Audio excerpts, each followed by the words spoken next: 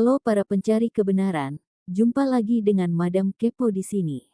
Bagaimana kabar dan keadaan Anda semuanya? Semoga tetap baik-baik saja, makin makmur tambah sukses, gemah ripah loh jinawi. Di kesempatan kali ini kita akan mendengar pernyataan dari Jeremy Bentham, seorang filsuf Inggris, ekonom, ahli hukum teoretis, dan pembaharu sosial yang dianggap sebagai pendiri utilitarianisme modern. Bentham adalah seorang ateis atau orang yang tidak percaya adanya Tuhan. Dia juga seorang penentang agama yang gigih, seperti yang diamati oleh Crimmins, antara tahun 1809 dan 1823. Jeremy Bentham melakukan pemeriksaan agama secara menyeluruh dengan tujuan yang dinyatakan untuk menghapus keyakinan agama, bahkan gagasan tentang agama itu sendiri, dari pikiran manusia. Sudah hukum alamnya orang yang cerdas apalagi ilmuwan pasti tidak akan beriman pada Alkitab.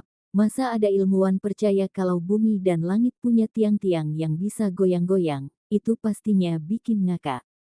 Dan inilah pernyataannya mengenai Paulus Rasul Kristen dilansir dari azquote.com.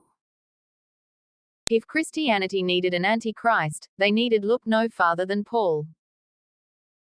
Yang dalam bahasa Indonesia berarti, jika kekristenan membutuhkan antikristus, mereka tidak perlu melihat lebih jauh dari Paulus. Bagaimana tanggapan saudara-saudari semuanya mengenai pernyataan Jeremy Bentham, seorang filsuf Inggris, ekonom, ahli hukum teoretis, dan pembaharu sosial yang dianggap sebagai pendiri utilitarianisme modern ini? Kristen cerdas pasti akan murtad, karena ajaran dalam kitab sucinya yaitu Alkitab sudah pasti bertentangan dengan hati nurani dan logika manusia yang mau berpikir, kecuali jika Anda tipe Kristen yang tidak tahu isi Alkitab, tidak tahu sejarah, tidak tahu ilmu pengetahuan, taunya cuma Kristen ajaran kasih, pasti masuk sorga, dosa-dosa udah ditebus, maka Anda akan jadi Kristen yang alim dan taat.